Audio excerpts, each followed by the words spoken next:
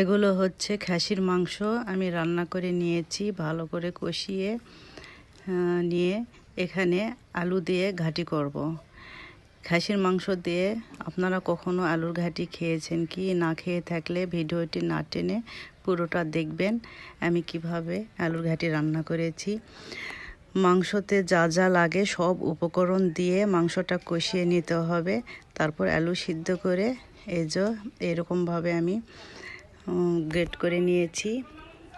নেওয়ার পর মাংসতে দিয়ে দিব,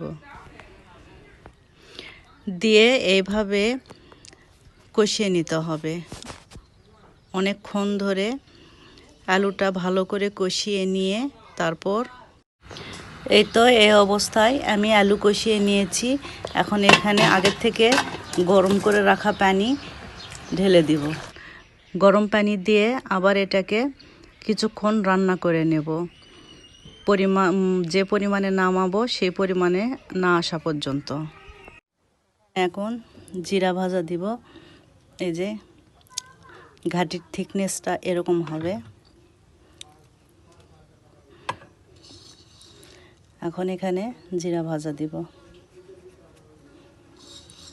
জিরা ভেজে আমি গুঁড়ো করে নিয়েছি, এখানে দিয়ে দিলাম।